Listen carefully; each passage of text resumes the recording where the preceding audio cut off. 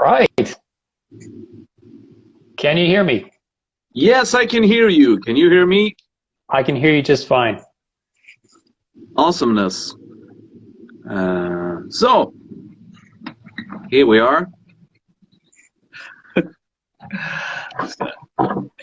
Adjustments. There we go. So, this is a kind of special edition of these interview series that I've called Voice Chats. And I've done 10 of these voice chats up until now. And I asked a couple of people what to do with them, or if I wanted to do like a celebration of sorts or whatever. And someone said, well, why don't you interview yourself? And that seemed like a stupid idea. So instead, I asked you, Andi, Kravljaca. That's right. Singer supreme and guitarist of doom. Well, thank you very much. The singer supreme part, I'm sure you're a couple of rungs above me on that ladder, my friend. But thank you very much. It's an excellent opportunity to be here to talk to you finally, because I know that we've been moving in the same circles for many years now. For 15 years or something, we've been in and out of the same bands and everything, which is really special. So thanks a lot for asking me to do this. Yeah, and I want to just, for the record, I've asked you to be a guest too, and we will do that at another opportunity. But yeah, this just, I was thinking about who would I like to have on the show next, and I said, yeah, Andi. But then this thought came into my head, so. Yeah, that's amazing. So like I said, first of all, hello, everybody. Thank you very much for tuning in to Voice Chats. I will be the guest host today. It's a little bit turned around from what it usually is. David's going to be here answering my questions, suffering me very well. I've spent the past week and a half, going through some questions, things I've always wanted to find out about you and your voice as well, and about, your background. But if we start with, just some of the things where you and I have been in the same circles. I mean, if we start with like Moonlight Agony, which you did an album with 2007, I think, which was a job I auditioned for, but you got. You smashed it. You did a fantastic job with that. And then there was a Celestial Decay in 2014, right? Which is where I was on the album and you did the tour with them. Yeah, but you got the job for the album because I auditioned for that one too. Well, there you go. It's a small world being a metal guy in Stockholm. Yeah. Hello, TTW Prague, Tom. Tom DeWitt from Layered Reality Productions. Really cool to see you join us today. And then there was Nergard as well. You got involved with Nergard at a pretty early stage, as far as I remember. It wasn't this last album. It was a previous record as well. Well, I think I sent some audition stuff for that one too, but I didn't really. I don't know. The first album I actually appeared on was a remake of the not Memorial for a Wish. Memorial, the first one. Yeah, because you were on the first album, right? The first version. That's right. And then he did a remake in 2018. Right. And then obviously he wanted to upgrade the voices a little bit, so he went with you, which is great. Yeah, because you and Mikael Lupi wasn't enough for that track, right? Right. Interestingly enough, though, hey, there you go, man. It's and I think I have the same. I think I have the same record up here somewhere. I think it's over there. I think it's this one on that wall right there. There you go. But interestingly enough, this is the first time we have ever talked to each other. Yeah.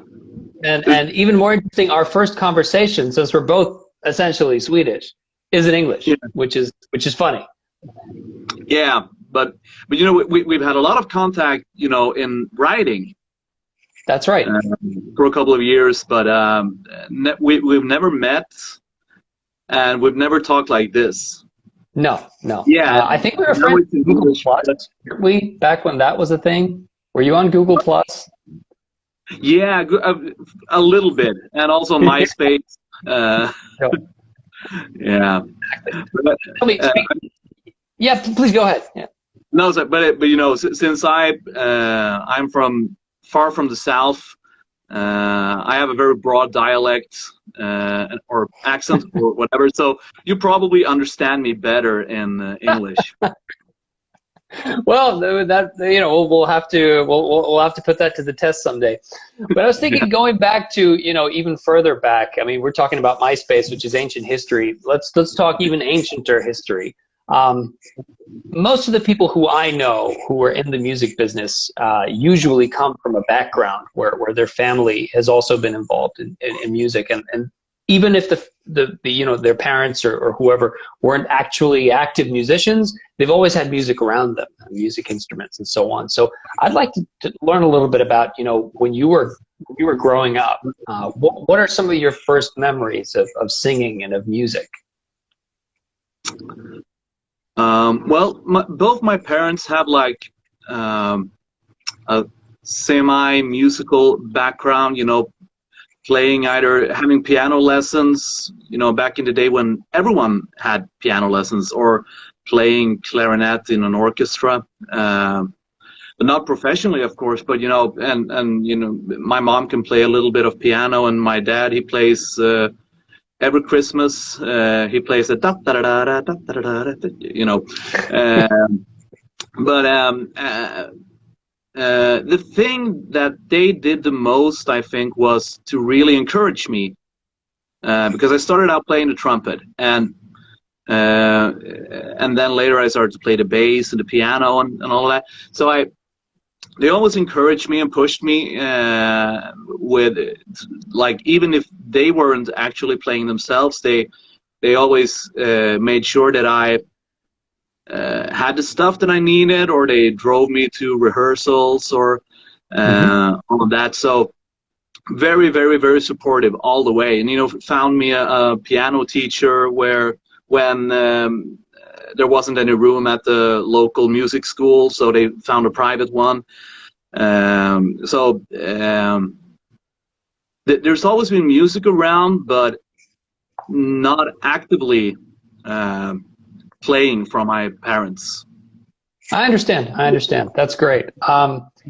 You describe on you have a website, and on that website you describe that one of the first things you started doing was musical theater in school.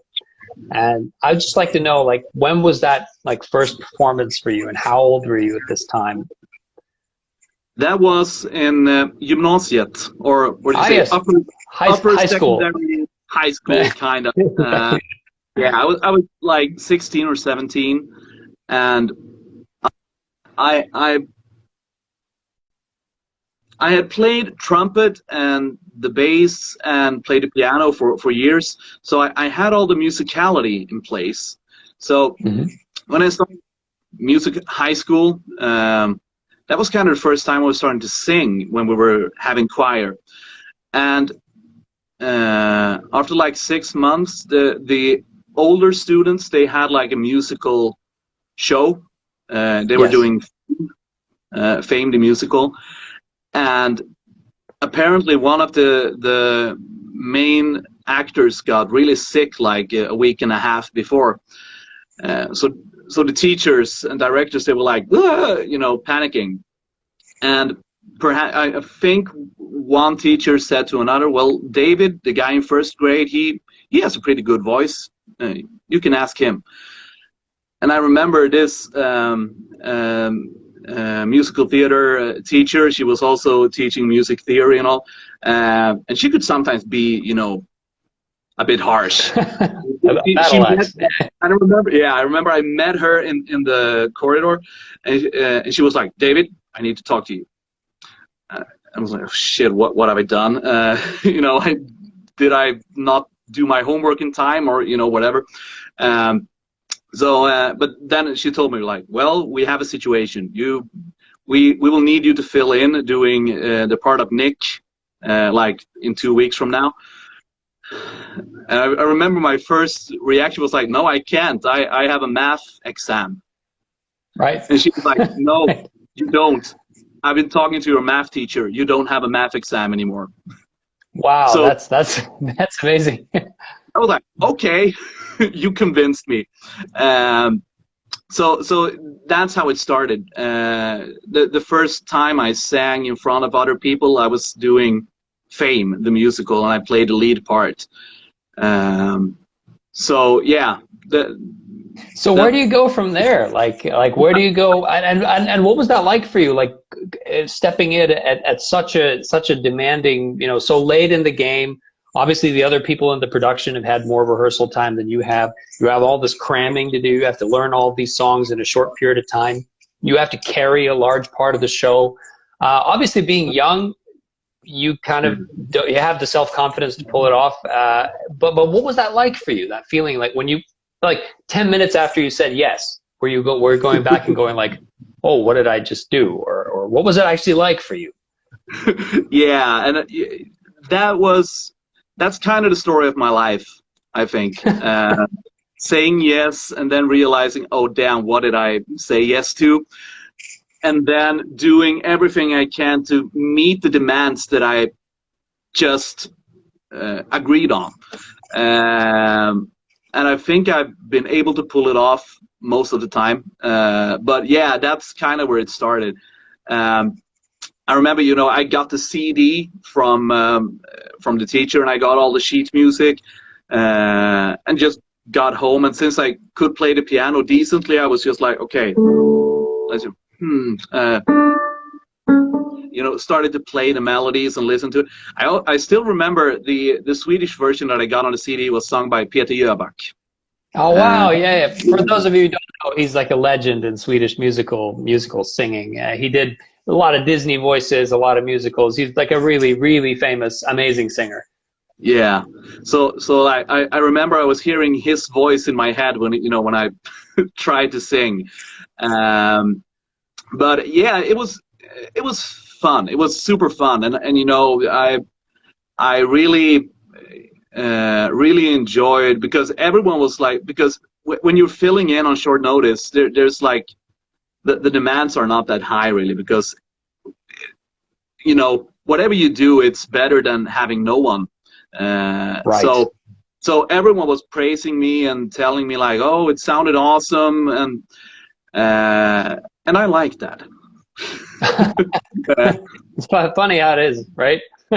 Yeah, who would have wondered? But yeah, I really enjoy that, and I started to feel like, well, maybe singing could be my thing, because right. I've been screaming backing vocals in punk bands and stuff, but I've never really actually sung before. But I think it's, in retrospect, it was kind of a good thing, because I had all the musicality in place, so when I started to sing, I didn't have to learn music at the same time as I had to learn how to sing.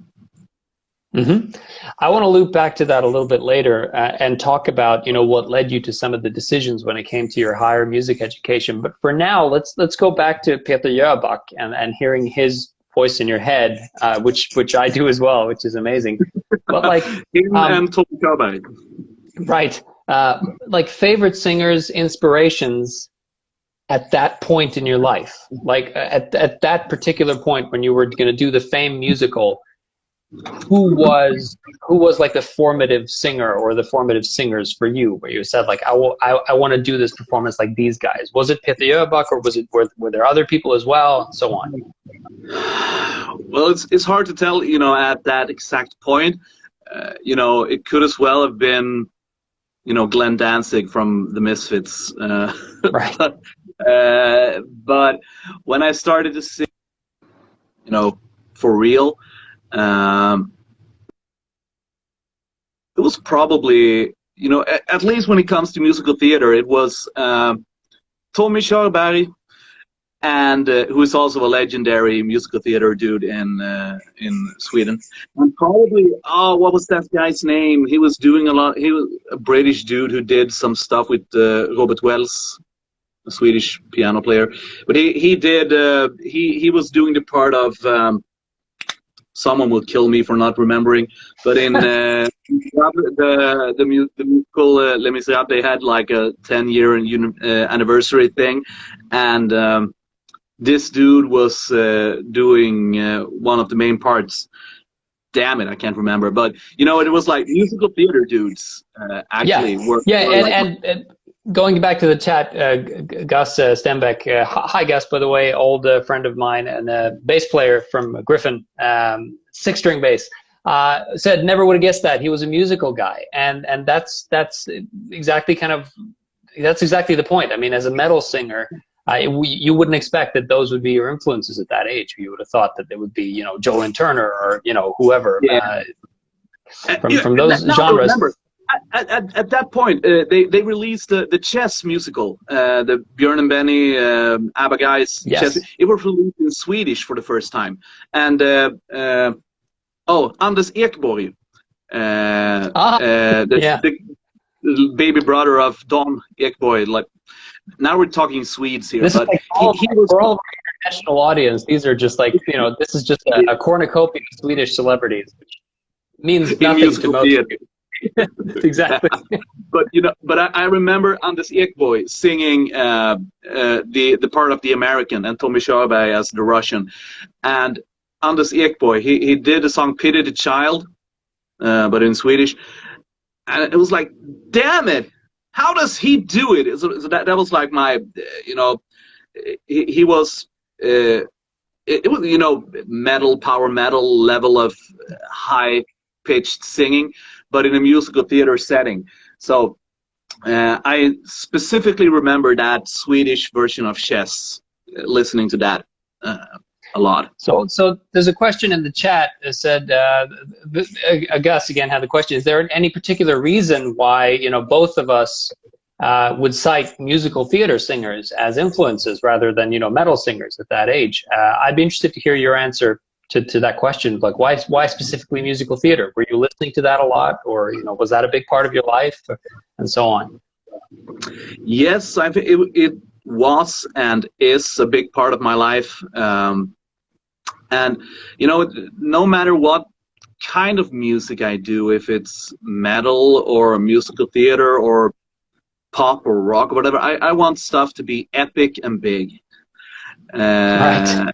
And or classical music for that part, you know, you know, I enjoy big and epic sound, and you can find that in musical theater a lot. So, you know, eventually I was delving more into like the more rockish Jesus Christ Superstar, learning all of those songs, and you know, it was again a comment in the chat.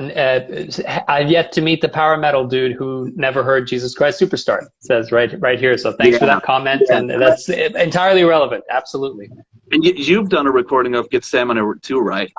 I did. That's exactly right. One of my favorite songs, just because it's such a powerful moment, and I guess that's part of my answer, because, you know, musical theater conveys a lot of emotion, and you know, singing is all about projecting feeling, and those are some of the best songs in the world to practice projecting feeling. So when you can do it with that, you can put metal songs as well. Yeah, and that's you really nail it, because the big and epicness and the emotion, that was, I think, what kind of drove me, and the telling of a story. And that's why I still, you know, I enjoy, you know, thematic albums with a continuous story, in the same way as I enjoy musical theater. And then, you know, it can be The Phantom of the Opera or Eternal White or or exactly. So I was more inspired by, I think I was more inspired by music and songs than I was inspired by singers. That makes sense. I'd like to loop back to where we promised we'd loop back to, which is like, I'd like you to help me with something. And that's as someone who is self-taught in everything. I've never attended any kind of musical education. I'd like your help to unbundle music education for me. Like, you tell me about Malmo Academy of Music. Tell me about what drove you to the decision to say, this is what I want to pursue with my life when it comes to higher education, you know, rather than getting a math degree or an engineering degree or whatever kind of a degree. It's like you said, this is what I want to do. So talk me through what was going through your head at the time and your heart at the time that made you make that choice, and what was that like for you? Yeah, first of all, just like you, I actually have a master's degree in music education, or whatever. Right. I said master's degree, not master's degree. I know you have a master's degree. I meant math degree. Math degree. Sorry. Yeah, you have a math degree. It's in physics, but there's a lot of math in there. Physics, but yeah, but let's go back to I do know you have a degree, which is why I was so curious. Why did you choose that as your major? Why did you choose to pursue it that far? You know, what was the mechanism going through your head and your heart at the time?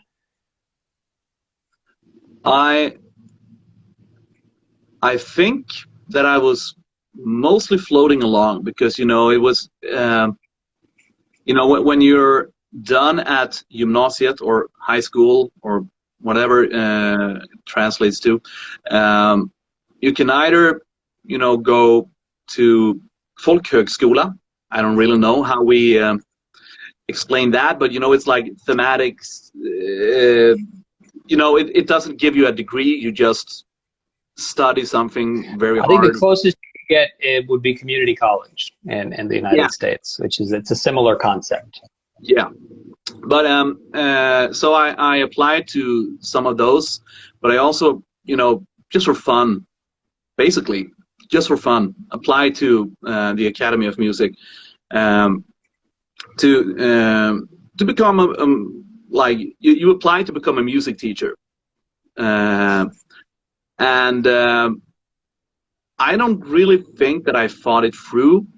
I was just applying, and you went there for like 2 days to make auditions, but it was you had to play the piano, you had to sing, you had to do like music theory tests and all that. And I also remember that I did it a little bit just to see like if I would like to do this, if I apply for real in the future, how is it, how do you do it? But I got in. Yeah. Now what? Yeah, so and I have no idea, or actually I do have an idea, because later on I was on the jury myself, but I don't think I could specify or guess what really got me in. But I got pretty high on the vocal tests and pretty high on the piano tests, and then you had like you could show like other skills, other musical skills. I played the trumpet, I played the bass, I played the guitar, I did everything. And I guess some people are very, narrow when they apply for the Academy of Music. And I was kind of broad because, I played the bass in punk bands, I played the classical piano, I played the trumpet. So I think I got some extra points for that, and then actually got in. And then everyone told me, like, don't waste this. Like, if you get in on your first try, just do it. Right. So I didn't really think it through. So it's one of those things that just, it happened. And then, it was like, okay, I need to find an apartment. And, so the answer to your question is actually that there wasn't a lot going through my head at that time. I was kind of floating along because if I weren't going to pursue anything that had to do with music, I didn't really know what to do, join the army or, But it goes back to what you were saying before about saying yes first and then worrying about it afterwards. It's exactly the same. But you said you applied to the Academy of Music to be a music teacher because that is the application process. You applied to be a music teacher. But of course, teaching is something which you've been doing for the past 12 years. Singing, as far as I remember. And I'd like you to help me with a question.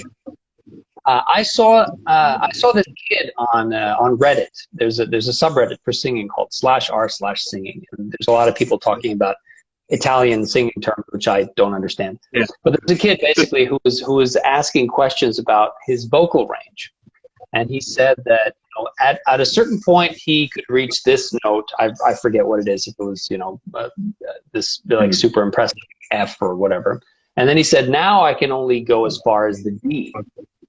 Should I accept that my voice has gotten worse? And this kind of leads me to this idea that, like, for those of us who sing metal, it's as though singing high necessarily is the same thing as singing well. And the higher you can sing, the better you can sing. Help me answer this kid's question. What would you say to this kid if you had him in front of you right now, as someone who's taught music for 12 years? Like, this is my range now. Should I just stay?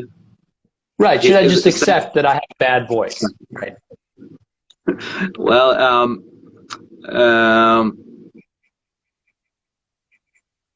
I guess that sometimes you need to accept some limitations to your voice, but I always think that everyone can get better.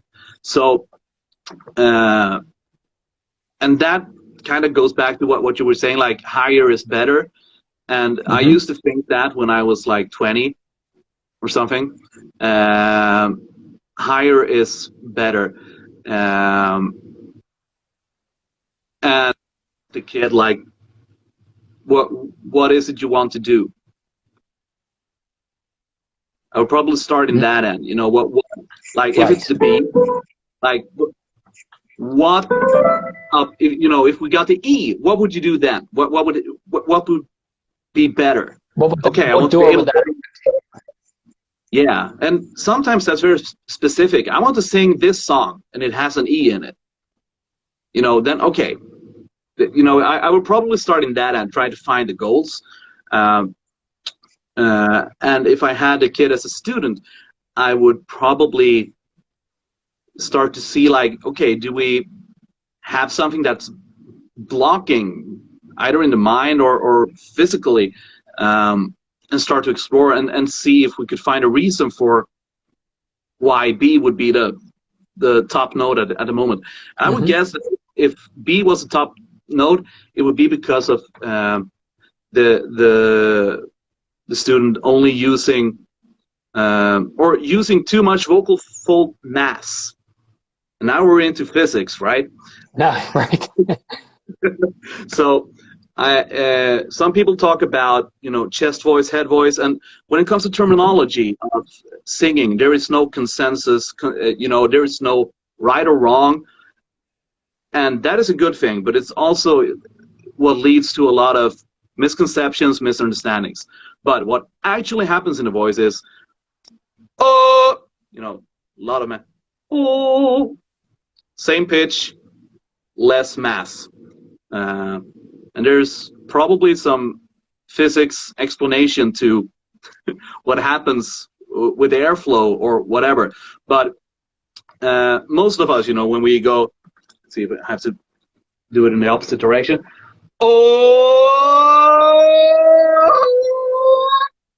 We get that voice crack, the voice change kind of, and that's when this happens. Right. We have a couple of muscles that pulls the vocal folds and makes them thinner, because the body is lazy. When the pressure increases, the body says, "Fuck this," and it right. It does like this because is it Bernoulli effect? Right, Bernoulli's principle, right? Yeah, Bernoulli's principle, because they get sucked together. But if the mass is bigger, then it's harder, and the body is lazy, so it wants to do it easily. So it pulls together less mass. So I would probably start to experiment with singing with less vocal fold mass or head voice or whatever. But on a more if we go from physics to philosophy, I would probably say more like, I would probably start to think and talk with the kid about, you know, limitations and, you know, okay, is there anything we can improve in the range you've got? Or I don't really know. It's a very, very hard case. Oh, absolutely. But I would probably not tell anyone to just accept, but I would also not advise them to only pursue one single goal, because like if you don't widen your sight a little bit, you will miss out on a lot of other stuff. If you spend all the day trying to reach a higher note, you will miss out on a lot of other stuff that you could do. Right, it's because it's not just about the notes you can reach, it's about how you use the notes that you know you can reach, and trying to, you know, work on expression and all of that other stuff that we talked about, rather than just turning it into a measuring contest. I'd like to ask you a secondary question, which is also about, you know, singing techniques, and that's metal is a genre in which there's a lot of, you know, harsh vocals, growling, screaming, and so on. Would you consider, you know, growling and clean vocals as different skill sets in the same discipline? In other words, that you could teach them to the same person, or are they completely different disciplines where knowledge in one doesn't help you in the other? Just give me a second. I'm going to turn off the heat, and that will also give me a second to think of a good answer. But I'd probably say this analogy doesn't really, it's not 100% waterproof, but it's like playing the guitar and playing the bass. They are close to each other, but they have similarities, but they are also very different.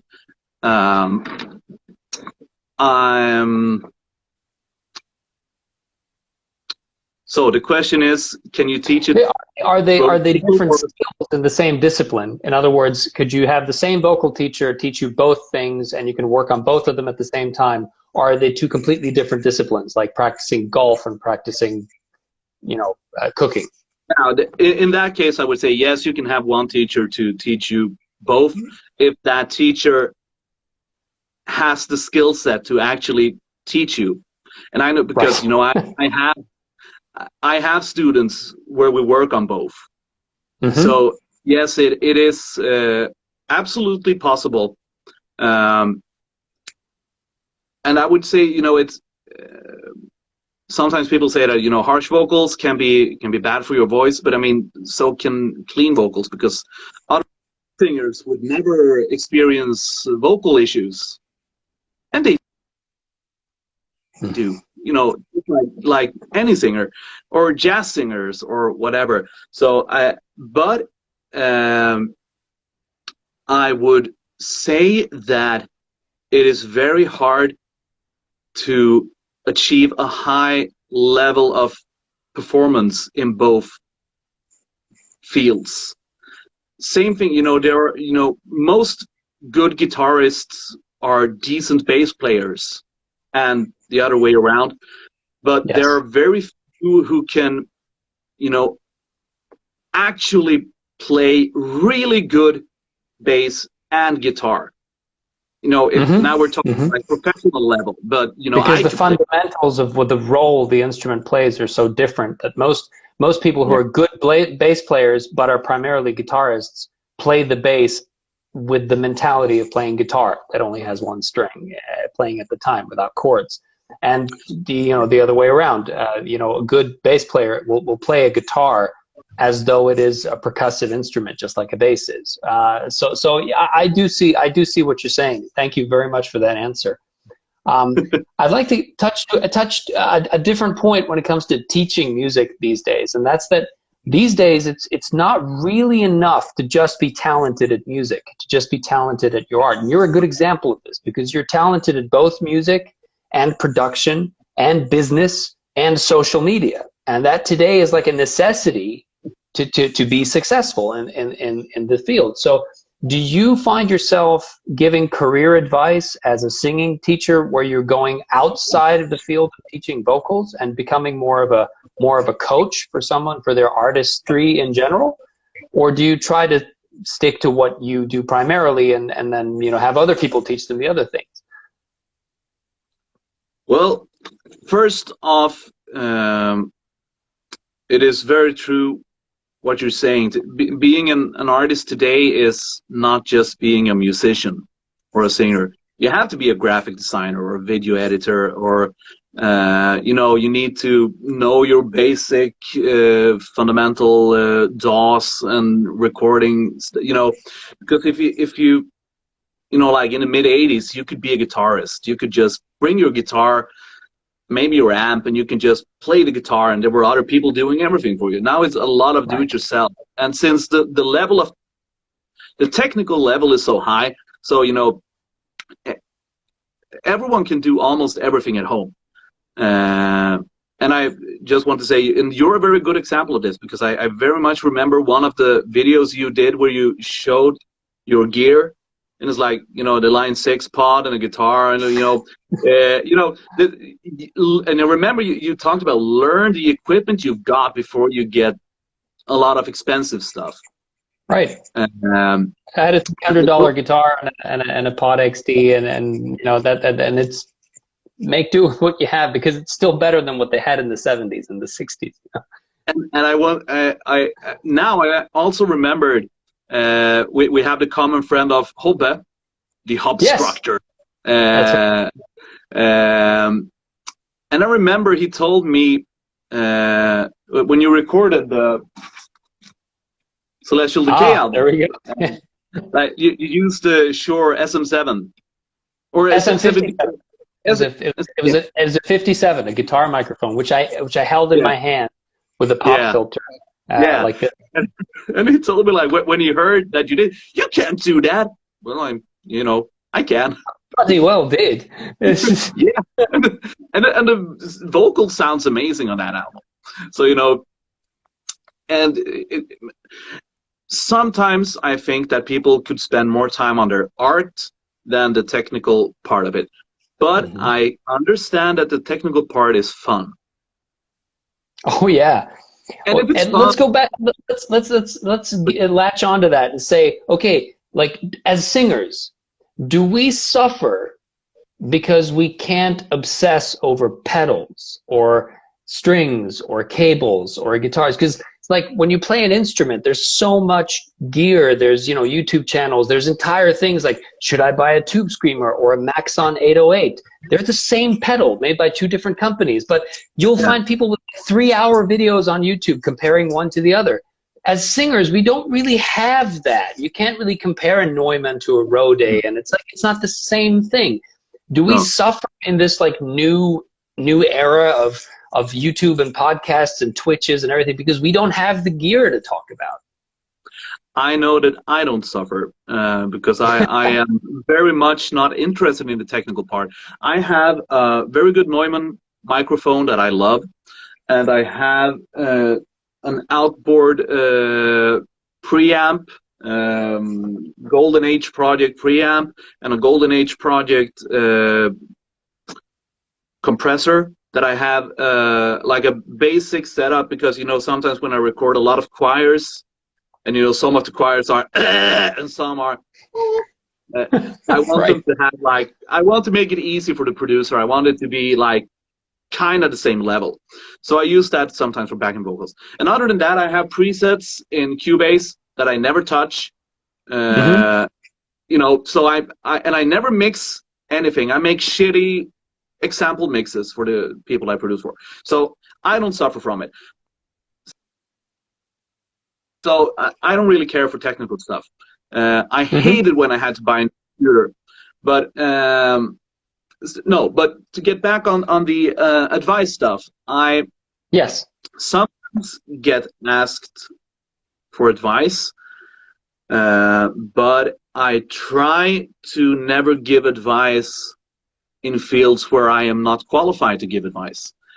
If someone would ask me about how to arranged choirs, or and I teach vocals and all of that. That's awesome, but I am in no position to advise, like, join this band or do this, or that record label is better than this record label. I would not do that. I could, in a coaching manner, have a discussion with the student and ask the right questions and help them to make the decision on their own. But so my advice would be, don't take advice from someone who doesn't have experience in whatever he or she is giving advice on. Like, if you're trying to, I could give lots of advice on Swedish cover band music repertoire, what works and what works not, but I could not give a lot of advice on I don't know, I can't really come up with something, but people who offer unsolicited advice can be irritating, and I try not to be irritating. I couldn't agree more with you. I'd like to. I don't know if it's the answer to your question, but no, I don't really do career coaching. I teach vocals, and sometimes people ask, or a lot of times people ask me, or the students send me, how does this sound? And I could give my thoughts on it, but I don't expect them to value that higher than anyone else's. I feel qualified when someone asks me for we're looking for a singer. We want to have this and this and this, and I could say, listen to this one. That's a good one. That I'm qualified to do.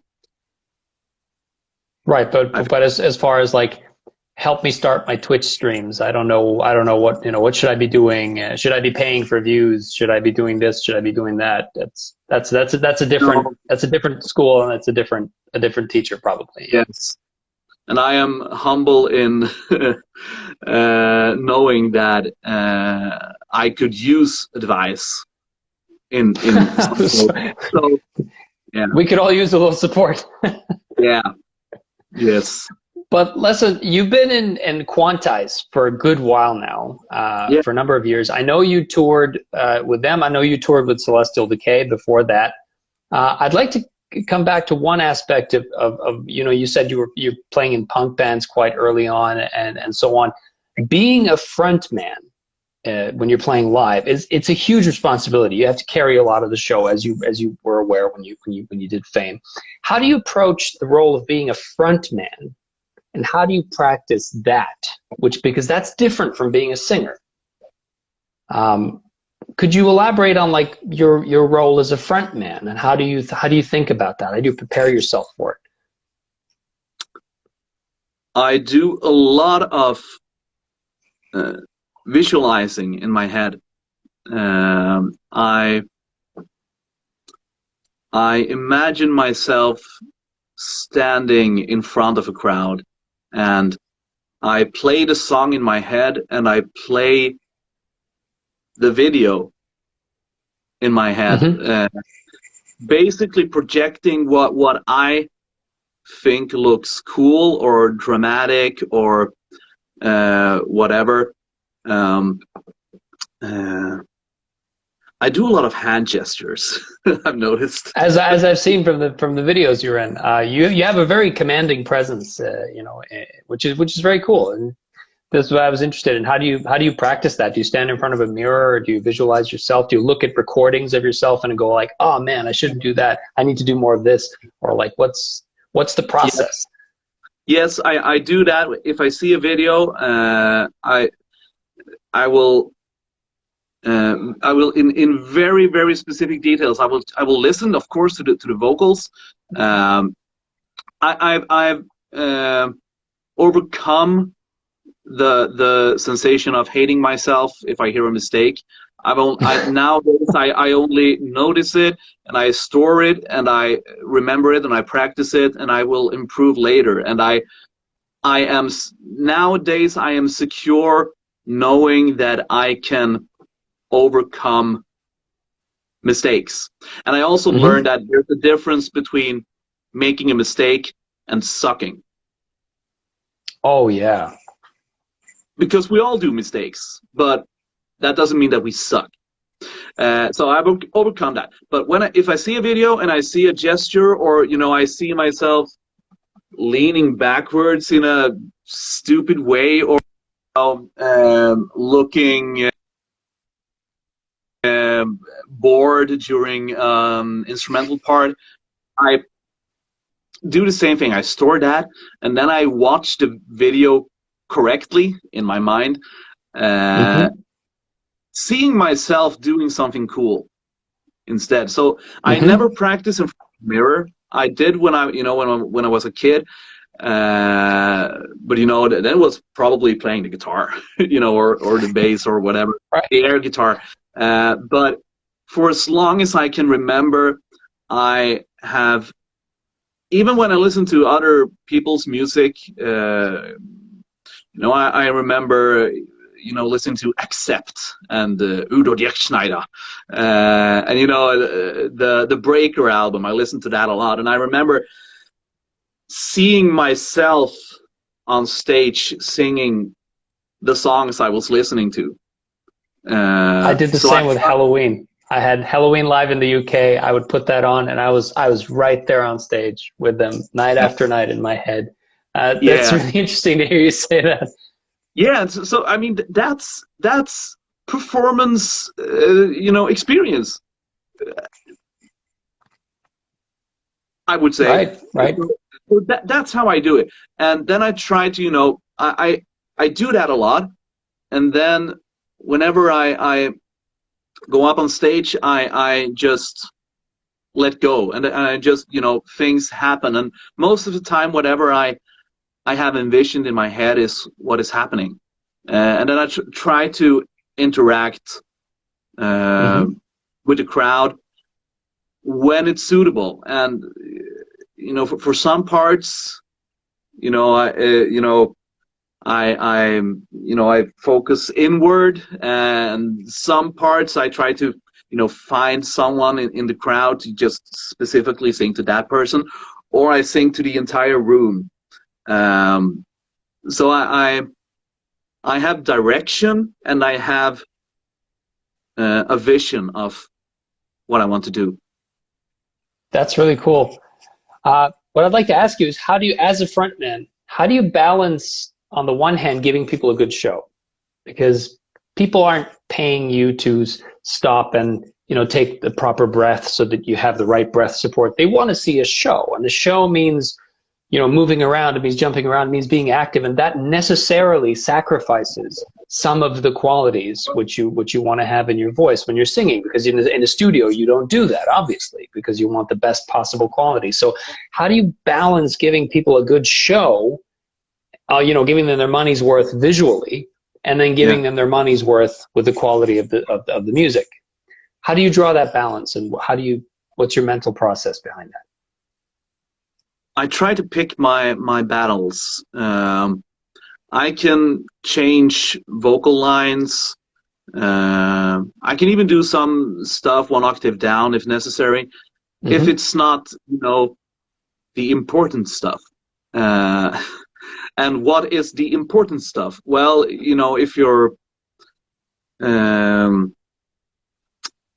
if you're singing "Here I Go Again" on, "Here I Go Again," you have to do that. Well, here I go. You need to do that one. You can't skip that one, because that's like, everyone knows that. Everyone knows that's what everybody's waiting for. Yeah. So you can't skip those kind of parts, or parts that like everyone likes this. Everyone, they're waiting for this or whatever. So I try to pick my battles, and those vocal parts that needs to be, those I make sure that I can do. Maybe I stand still if it's the end of a chorus. Then maybe I think I do it kind of instinctively, but you know, I try to stand still for that chorus to be able to do the final notes. You know, calming down, balancing things up, physically. Kind of psyching yourself up for it. Yeah. Yeah. And other stuff, when I feel like, you know, if it's like a ballad or a softer part, you know, there I can just let everything go and focus on really reaching out, you know, physically and mentally, and reaching the audience. So I think I pick my battles, and if there is a long instrumental part, maybe I start out with getting the crowd going and clapping, you know, and being very energetic, and then I can use the second part of the instrumental part to relax and have some water or whatever. So I think it's about choosing my battles, choosing what like a couple of things that I can't compromise with, and some other stuff that I know, like, if I screw this up, it doesn't really matter. That makes a lot of sense. There's two things I'd like to ask you when it comes to touring, and we'll start with this because you were talking about, you know, the voice and everything. What would you say is the biggest challenge for you with your voice when it comes to being on a tour? Because being on a tour is different from having a gig on a Tuesday and then having a gig Tuesday 3 weeks from now. Because when you're on a tour, you have to do a gig on Monday, Tuesday, Wednesday, Thursday, Friday, Saturday. Maybe you have Sunday off, and then you have another 4 weeks of that to do. What would you say is like the most challenging thing for you vocally, pulling things off night after night after night consistently? Well, the most demanding part is probably not the singing, but everything around. You know, I really enjoyed the show. Thank you very much. I'm glad you enjoyed the show. You know, hey, could you pass me a beer? Or, you know, help me out with this one. You know, we're going to carry all the stuff, you know, all of that. I think that's the big trap. That's the dangerous part, at least for me, because whenever my brain says click and I start to sing, you know, things are kind of aligned, and I mostly do things correctly. So I need to think. I think that it's the bare necessities of sleeping and hydrating and you know, not screaming in between. So those are like the fundamentals, and then it is once again, you know, choosing my battles and being once again humble to, like, okay, will I pull that part off today? Maybe. If it's a maybe, then maybe I will alternate or, you know, change something. But also, I think, at least with Cantis, I try to. I want the songs to be stuff that I can be able to do live. You know, when I record, and you know this because you do a lot of guest stuff too, you know, when you do that, you can, you know, basically do whatever you want. Let your hair down. Yeah, exactly. Yeah, let your hair down. You will probably not have to pull this off night after night, but I try to think with stuff that I might be able or might be asked to do live over and over again. I try to make sure that it's not too cocky and too much. I made that mistake with Aeon Zen in 2009. I had my first Aeon Zen album because that was just an internet project. So it was full of impossible things, you know. And then they said, well, we're going to turn this into a band now, so we're going to go on tour. And we're like, what? This is information that would have been useful to me when I was writing this. Right. Yeah. So I understand. And obviously, I think some of that is also the challenge, because obviously then it challenged me to, like, now I have to find a way to do this consistently. And I grew like hell as a singer and as an artist, you know, just taking that challenge on. But it really speaks to being conscious about that when you write music and saying, I have to be able to perform this as well. It's not just that this F sharp sounds good here. It's, can I do this F sharp consistently? Exactly. Yeah. Right. So yeah, so that's kind of but the touring thing is choosing your battles, staying hydrated and sleeping well, not screaming, and being prepared in advance, so that being well prepared musically and physically, so that you can take the physical and mental fatigue that you will feel. I understand. So, like, speaking of touring, everybody's got one or a couple in their sleeve. You know, do you have a good tour story? Do you have you know, that time when you got left in the red light district in Amsterdam and the tour bus left without you or whatever? You know, it's like that. Everybody's got one. So if you please do give me the one that's on the top of your mind. I probably told this one before at some point, but that first tour that I did with Cantis, I was filling in once again on short notice, and I said yes. Then realized that what the hell did I say yes to? But I was filling in for Pelle K, the YouTube phenomenon singer, because he sang on the second Cantis album, and he wasn't able to do this tour. So I was filling in, and we were opening for Rhapsody on a European tour. And the Cantis, obviously, they put this on their social medias and stuff, but Rhapsody, you know, they couldn't care less. So, you know, the word really didn't get out that I was filling in.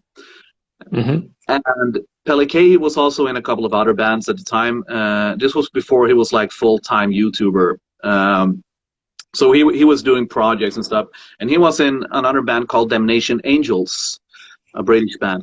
And I think this was in Barcelona, and we were starting our show. We had like this big instrumental intro, like orchestral stuff, and then it's like, bam, you know, everything started, and I run up on stage and I scream like, "Oh, good evening, Barcelona!" And I see this dude front row, like standing like this, wearing his Damnation Angels t-shirt. Obviously waiting for Pelle K to enter the stage. He is only there to see one person. Unfortunately for you, you are not that person. Yeah, and he was like, and then he actually left. Oh. So I remember it's like, and I think I don't think he left because he probably wanted to see Rhapsody, but I remember I was looking for him afterwards, like, Mr. Disappointed T-shirt guy, I'm so sorry. Yeah, so that's the one. Yeah, I think that's the one that comes on the top of my head at the moment. But let me get back to like your qual, because I know you nailed that tour to the point where you were unanimously voted to stay in that band, which was amazing, and that kind of brings me back to like your identity as a singer. When you do session work, and you do a lot of session work, I mean, go to this guy's Encyclopedia Metallica and look at the guests tab. I mean, it is longer than a Walmart receipt. It's huge. So like. The necessity of kind of like balancing your own identity so that people can hear it's you versus being a chameleon and doing what this particular project requires of you.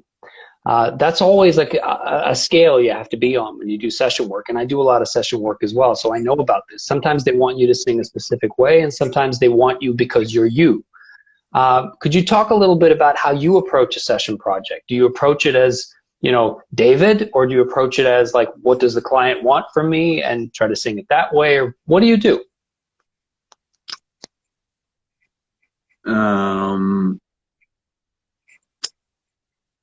Well, most of the time when you, or at least when I get requests, they can they can say like, oh, I loved the Cantis album, and we would love to have you, blah blah blah. Then I know like, okay, they like, that's what they like.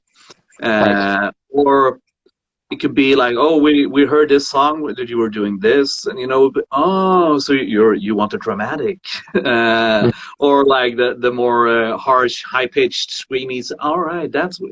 So that gives you a clue. But then I always, you know, if it's a project that's been going on for a while, I try to see what they've had before in you know, some of these, I don't like the term, but all-star projects. Mm-hmm. You know, okay, these are the guys that, because I try to compare myself with all the guys, you know, the guys that I used to work with. So I guess they like this kind of singing. So I try to adapt in that way. But I do that, but at the same time, I you know, I can't change too much. So whatever I do, it will be me. But you know, in the style of whatever they have had before. And we have another common, or a little bit. You were filling the shoes of Michael Lupi. Yes. Right? Big picture still. In Tauroro. Yeah, Tauroro, yeah. Couldn't remember the name. And a couple of years ago, I got a request from a friend. He contacted me and said, "Oh shit, would you like to do do the Japanese bonus for our new album?" Yeah, sure. And he said it's an album where we invite a lot of friends to do some parts of songs, and this is an alternate version of a song. I say, all right, cool, I'll do it. Who does the original? Michael Lupi. Great. So that was, yeah. All right, thank you. So you know, and he has been a very big influence of mine. And those two first Vision Divine albums that he did, I listened, especially The Perfect Machine. Named not in irony, because he is a perfect machine. Yes, he is a soulful perfect machine. Yes. And so using that as an example, I realized that I cannot make a Michael Lupi version of a song that Michael Lupi already did. So I remember in that song it was like, okay, I'm not even gonna listen to his version. I'm just gonna do mine. So it depends. And when it comes to choirs and backing vocals that I do a lot, I always try to ask for references. Like what is it you would like? Is it like Meatloaf backing vocals, or Blind Guardian backing vocals, or Hammerfall backing vocals, or so I always try to ask for references or examples, and sometimes you get it, and sometimes I get, you know, pre-recorded examples, and sometimes you only get like the lyrics in bold, like choirs, here be choirs. Right. And sometimes they say, just sing the lead and we'll melodyne in the choirs later. I never got that one, actually. Yeah, I had that happen to me. Just all we need is the lead. We'll pay for the lead, and then we'll do the choirs and melodyne. And I'm like, no, please let me do. I'll do them for free. Just let me do the choirs. Yeah. Yeah.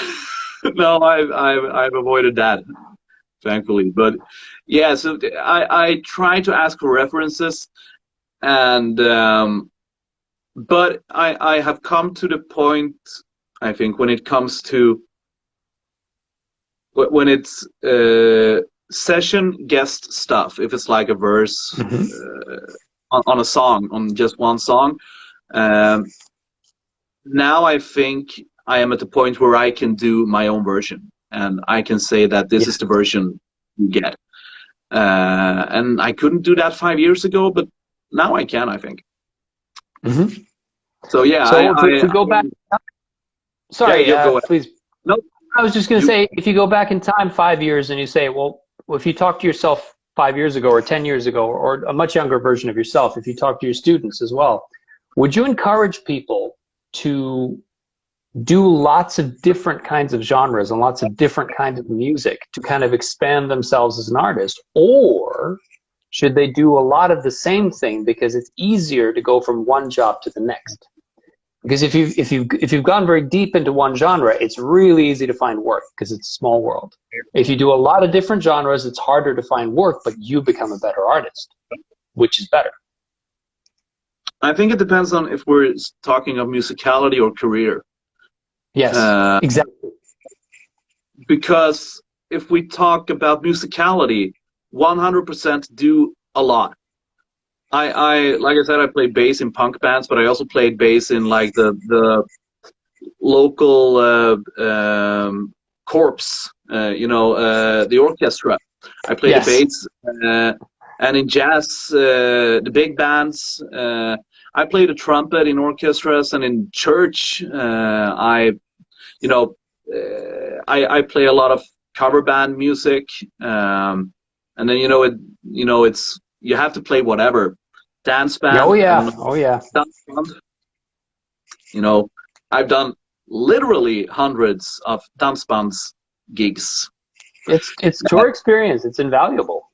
Yeah, and back to singing for a lot of days. You have to learn a healthy way to sing for 4 hours. Yes.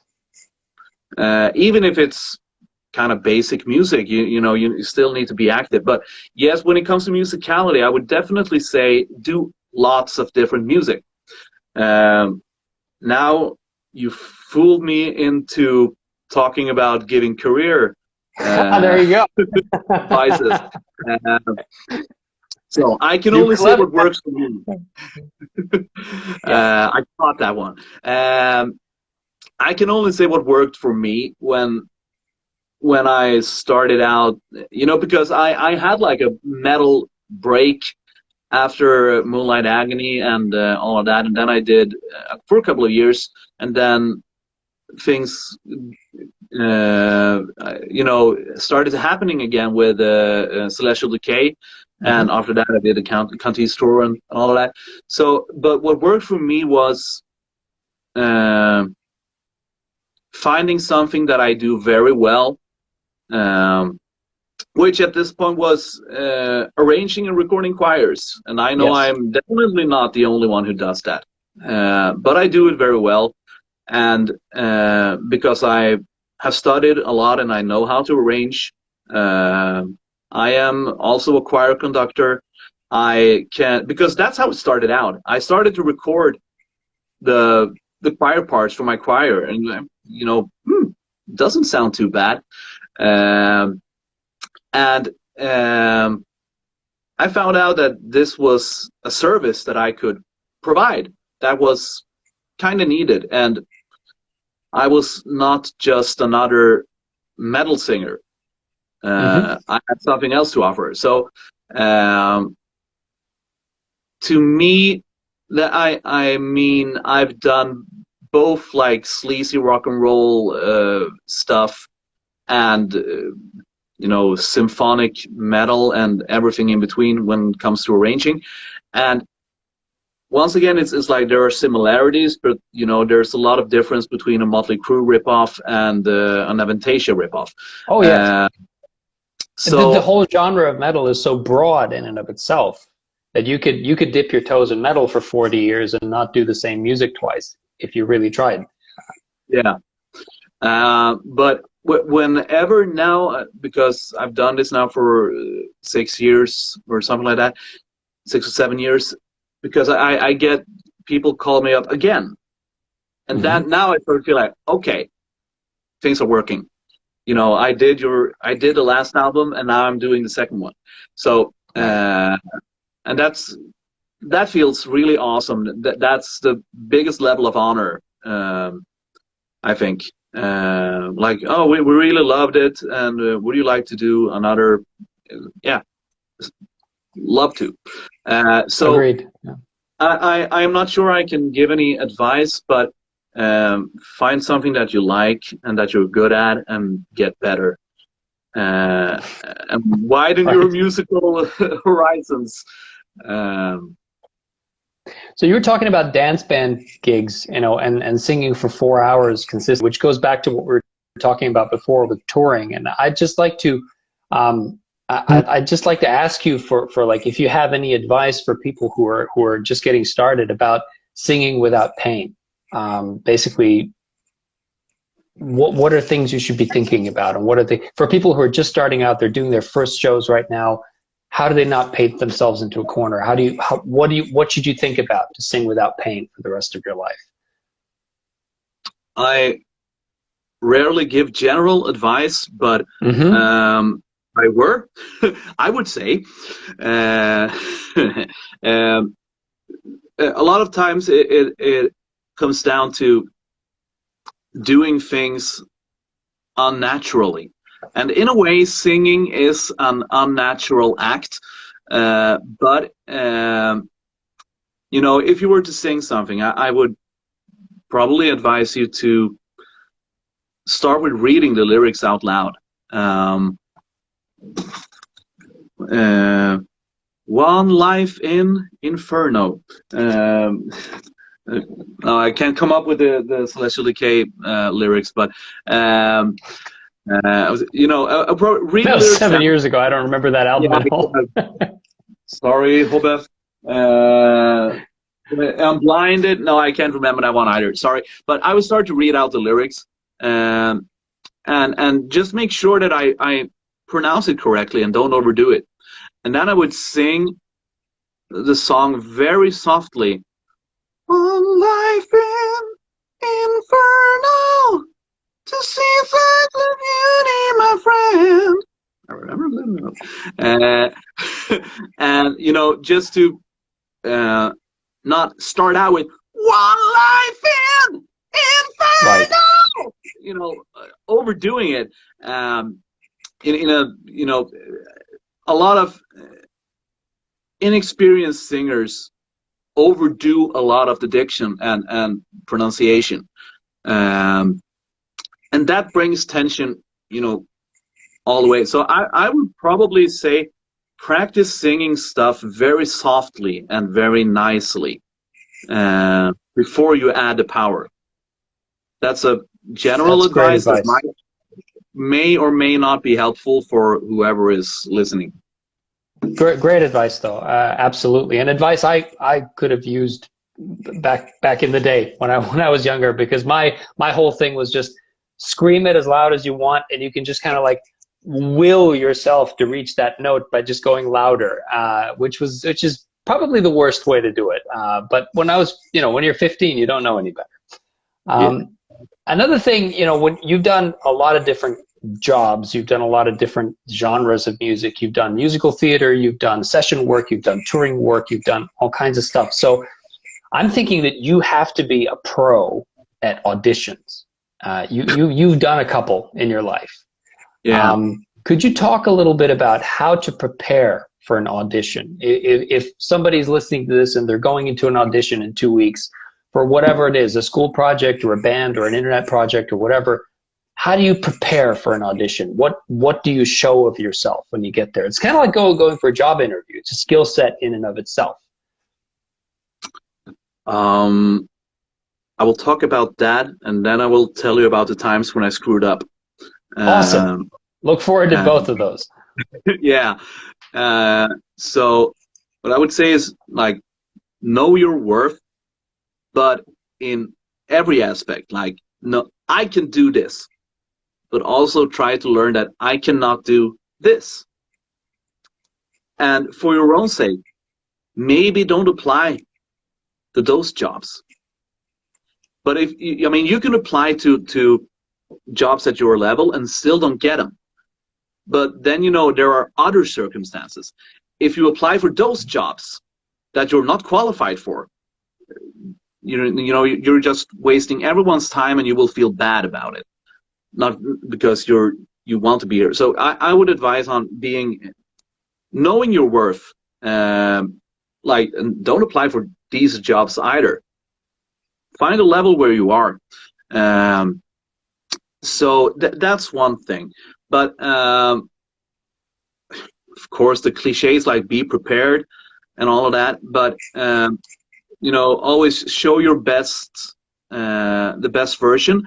But don't, if it's recording, don't fake stuff, because that will bite you in the ass later. Yes, so don't fake. Don't put out like I don't know the word, the commercial, you know, whatever, where you do stuff that you can't reproduce.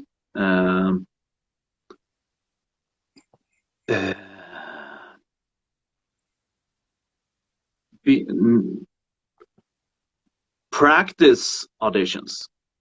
There is That's no, so important. You're right about that. So yeah, do lots of auditions. If you're like in musical theater, go to every single audition you can find. And if you don't get the part, it was still a learning experience.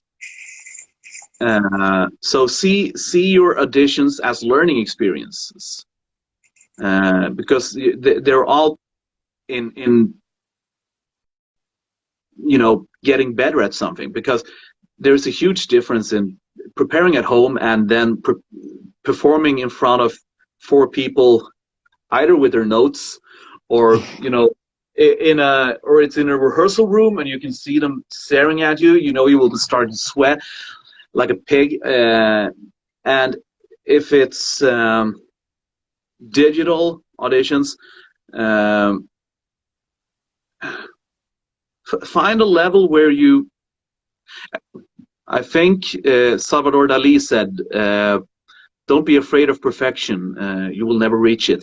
So find a level where you, and this is more like a philosophical discussion really, because you need to know, like, okay, this is good enough, and I will send this to the other dude. I will not come up with a bad excuse to why I can't do it and postpone it. My sound card's broken right now. I need to get new stuff for my computer. Just do it. I have a cold. I have a blah, blah, blah, blah, blah. Send it. Or have the balls to just say, no, sorry, I don't feel like doing this. Right. Because if you continue to do that, you know, postponing and coming up with bad excuses, you will do that the next time, and you will do that the next time again and again and again and again.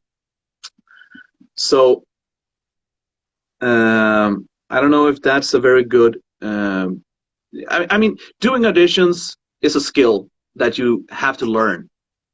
So don't be afraid to learn. It's not something. The only way to fail at an audition is to walk away not having learned anything. Because even if you don't get the job, that audition could still have been a success for you, because maybe you weren't right for that job. They'll keep you in mind for another job. Or in the absolute worst case, you learned about why you didn't do a good enough, you know what to practice next time. You know what to do better next time. And if that's the truth, then you haven't failed at that audition. That audition was still a learning experience, and it was still a success for you. So I would absolutely echo what you're saying. Yeah. And as well, I would say you get better at what you do a lot. You know, the people Yes. who do something 40 times a month are always going to be better than the people who do it once a month. Doesn't matter what it is, whether it's being a butcher or a baker or a candlestick maker. So, you know, go to a lot of auditions, as you say. That really hits home with me as well. So yeah, and I agree with it. So that's why I say it's great advice. But yeah, it's great advice. It's not gonna make your life. It's not gonna destroy your life. And I mean, if we look at the auditions where we have crossed paths, you know, we got a pretty good Mulan Agony album and a very good Celestial Decay album. Right. And we both lost the auditions, but you know, things turned out pretty well. Anyway, one musical theater audition that I failed was semi-professional, semi-local production of Jesus Christ Superstar. And I think I was 19 or 18. I don't remember really. And, living in a pretty small city, I knew I was pretty good, but I thought that I was amazing, in international standards. So going to that audition, I was thinking like, I wonder if they are going to offer me Judas or Jesus. Right. And I didn't get any of them. Guess what? Guess what? Yeah. So I wouldn't say I was very badly prepared, but I wasn't prepared enough. And it was always, you always have to have something up your sleeve, because they say, well, would you like to sing anything else? And I was like, no. And it's like, don't be an asshole. That's also a good advice. 90% of any job is being easy to deal with. The rest you can learn. Yes, very, very much. So yeah, that was one audition, and the second one is actually the Contis audition. Yes, because Tony, the band leader, he contacted me, and he had heard other stuff that I've done, and he would like, okay, and he was also, I was also promoted by a mutual friend, and it was like, yeah, we would like you to do an audition if you could record some of these songs. Because we would like to hear how they would sound in a live setting. So I was like, well, yeah, okay, I can record them. So I recorded them, from start to finish with a little bit of preparation. And they sounded pretty bad because, I didn't prepare very well. And I misunderstood because I said, well, this is how it sounds live now. And there were mistakes. I think I even messed up lyrics, and so I just sent it away. And radio silence. And he was like, well, after a couple of days, it was like, that wasn't very good. Would you like to do it again? And then it kind of dawned upon me like, oh, this is another level. This is not, right. Or something. So, okay, it needs to sound awesome. And I am competing with, I don't think I've ever told anyone. He was also in contact with another dude that Vasilis. Vasilis Georgiou. Yeah, I didn't remember the surname. Yeah. Wow.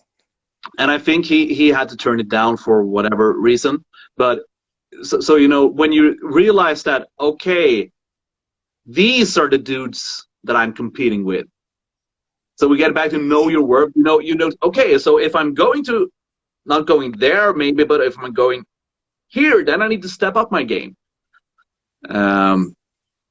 So that was like a slap in the face. And I remember I got kind of the same when I started to study at the Academy of Music, because, I realized that, in this pretty small town, I am considered to be pretty good. But when you start to, when I went there, I was like mediocre at best. So at Berkeley, they call those hometown heroes. You come to Berkeley as a hometown hero, and then you quickly realize that everybody else at Berkeley was also a hometown hero, That's going to be the name of my autobiography, the hometown hero.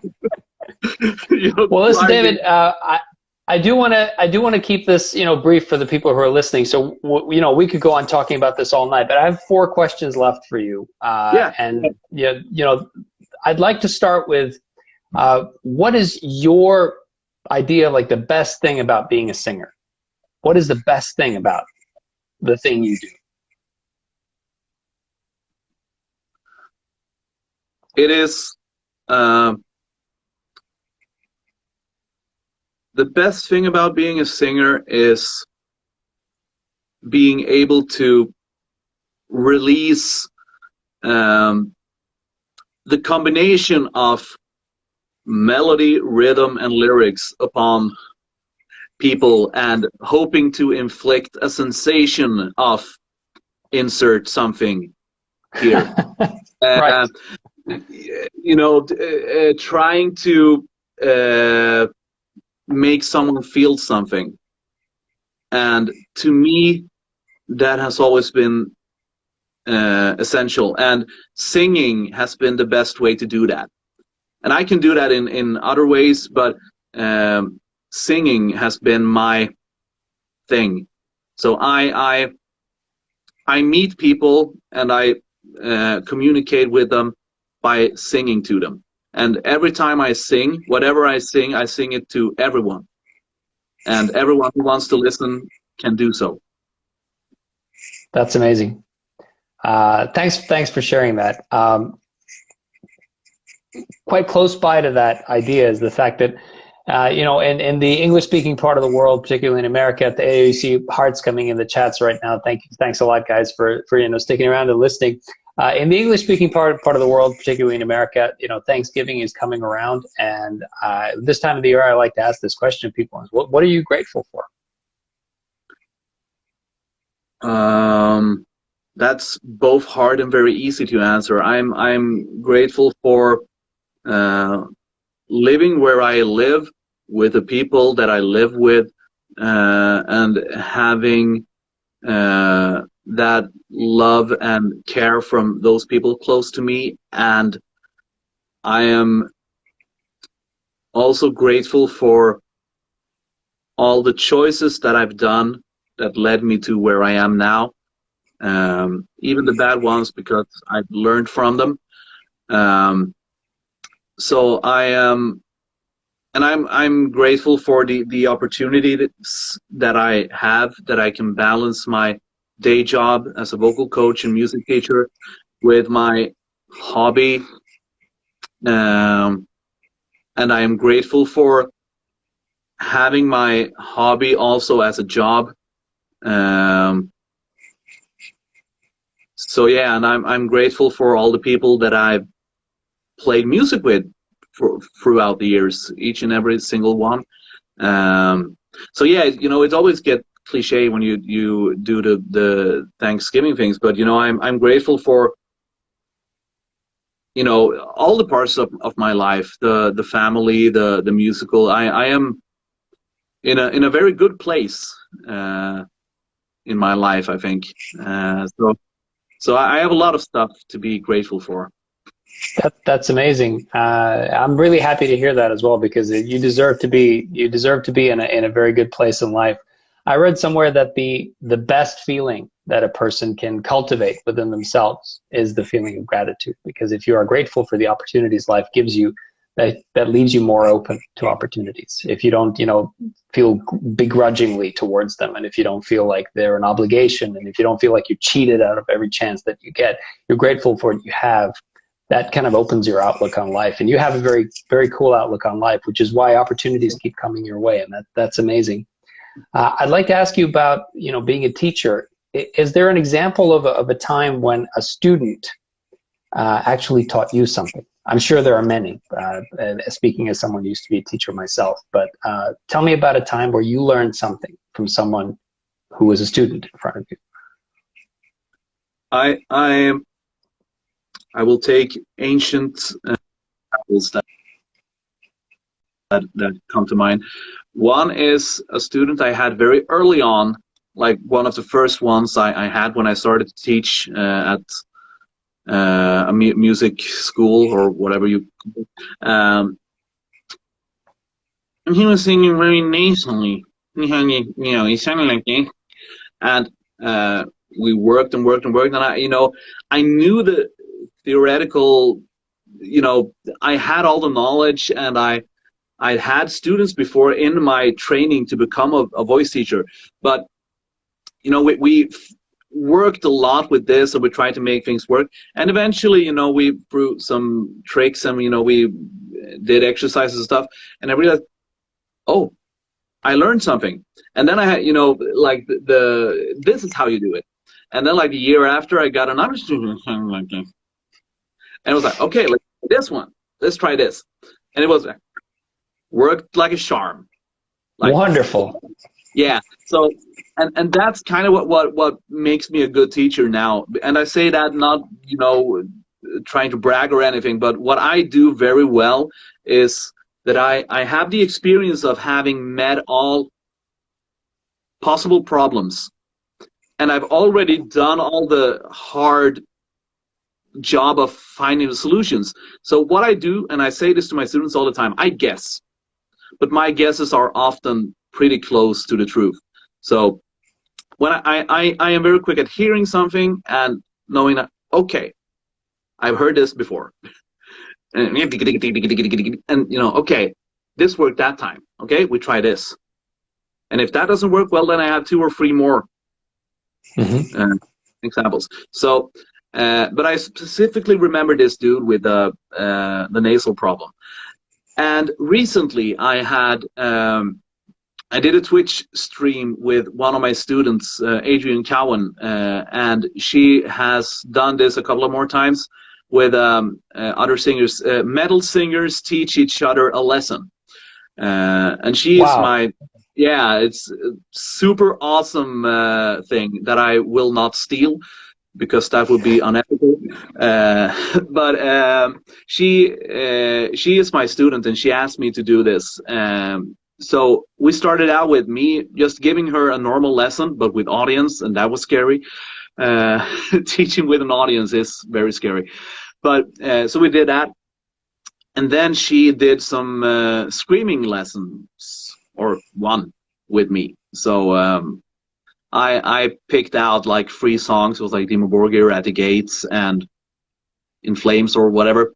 And, you know, I know how to do the noises, but I don't really know how to do it in a context. So we work with that one. So I specifically learned how to turn just no noises into coherent metal growling.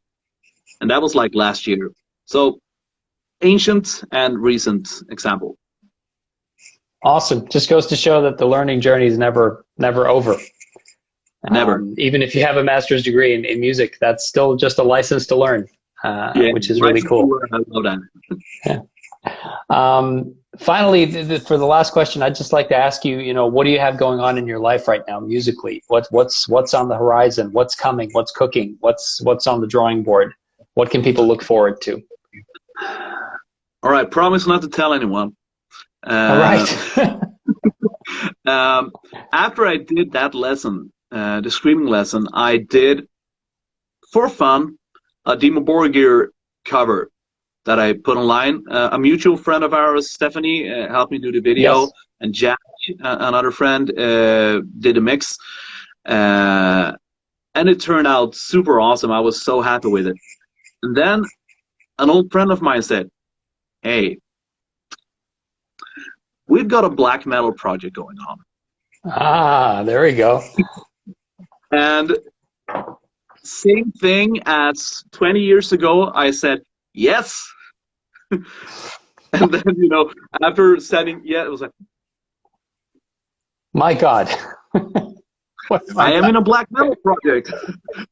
So, yes, I will not tell a lot more about this because it's ongoing and it's slow, but I am in a black metal project. And you can expect a new album from Swedish power metal heroes Fraternia, with me on backing vocals. Love their last album, and Pasi, the singer, he is like a monster. You know, he is so awesome. It was so fun to do that album. I also did backing vocals for a sleazy rock and roll-y thing that I just talked about earlier. They just got signed on Frontiers Records with the album. Amazing. Yeah. So those are happening. And a month ago, I had a meeting like this with Tony from Cantis, and he just finished the composition of the next album. And we just, I sang some of the vocal parts so he could hear like, this will be good. I need to rewrite this. So perhaps we will start to record that album 2022. That's amazing. Well, Yeah. guys, that was David Åkesson, David Åkesson. Thank you very much. Tack så mycket for the amazing chat. I learned a lot, a thing or 20, just as I suspected that I would from you.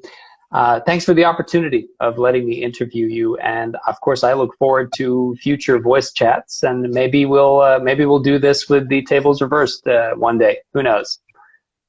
I would very much like that, and I'm once again very thankful for you joining in on this. Couldn't have had a better interviewer turning the tables like this. And just thank you very much for everyone who doesn't know, like we talked about earlier, the mutual history. Andi has been a singer that I have been admiring for a very, very long time, both looking up to, envied, and now befriended, even like this.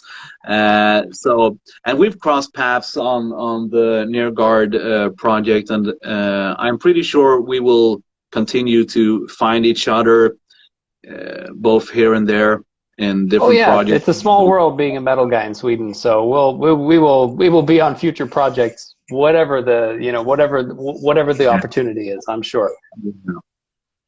Yeah, so I'm once again, thank you very, very much for doing this. It was super awesome, and I hope to see you again. And of course, thanks to everybody who's been watching and commenting, asking, and everything. All that we do is for you guys. So thanks so much for tuning in, for staying tuned, and for being there. Yes, absolutely. All right, thanks a lot, David. We'll talk later. Thank you, Andy. See you soon. Bye.